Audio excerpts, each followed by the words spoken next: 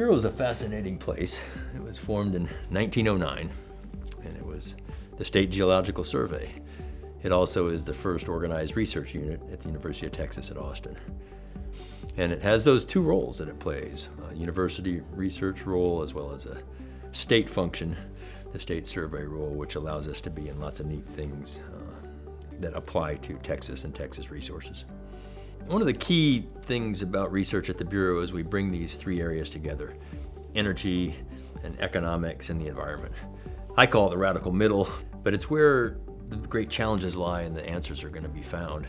So in doing that, and different people that bring strengths in all of those, I think we're able to weave together and address some of the great global challenges today. The energy division here at the Bureau of Economic Geology is really focused on evaluating energy resources globally in the US and also in Texas.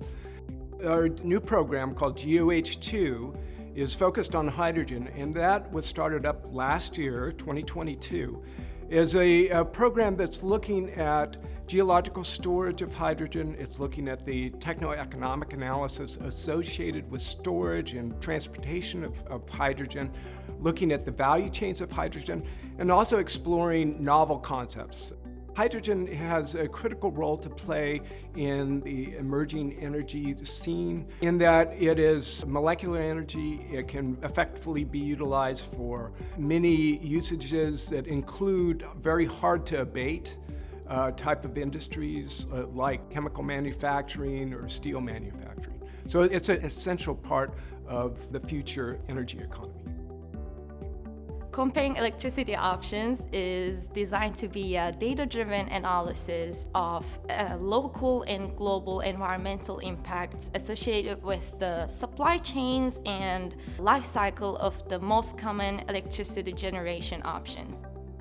The typical studies on the energy transition from fossil fuels to renewable sources focus on carbon emissions only. We're conducting life cycle assessments on these electricity generation options and working to understand how the mix of these options affect the reliability of the electric grid and consumer costs.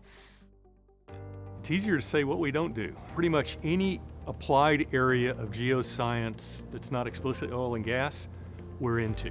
So some of the primary areas: carbon sequestration, water, coastal change, remote sensing, my own geothermal research, and induced seismicity are some of the primary areas, but we cross-flow across all those. Hot Rock is our newest industrial consortium. It builds on our very successful model of bringing industry frenemies together, pulling their resources and solving common problems. In this case, focused on a new emerging paradigm of doing geothermal energy anywhere.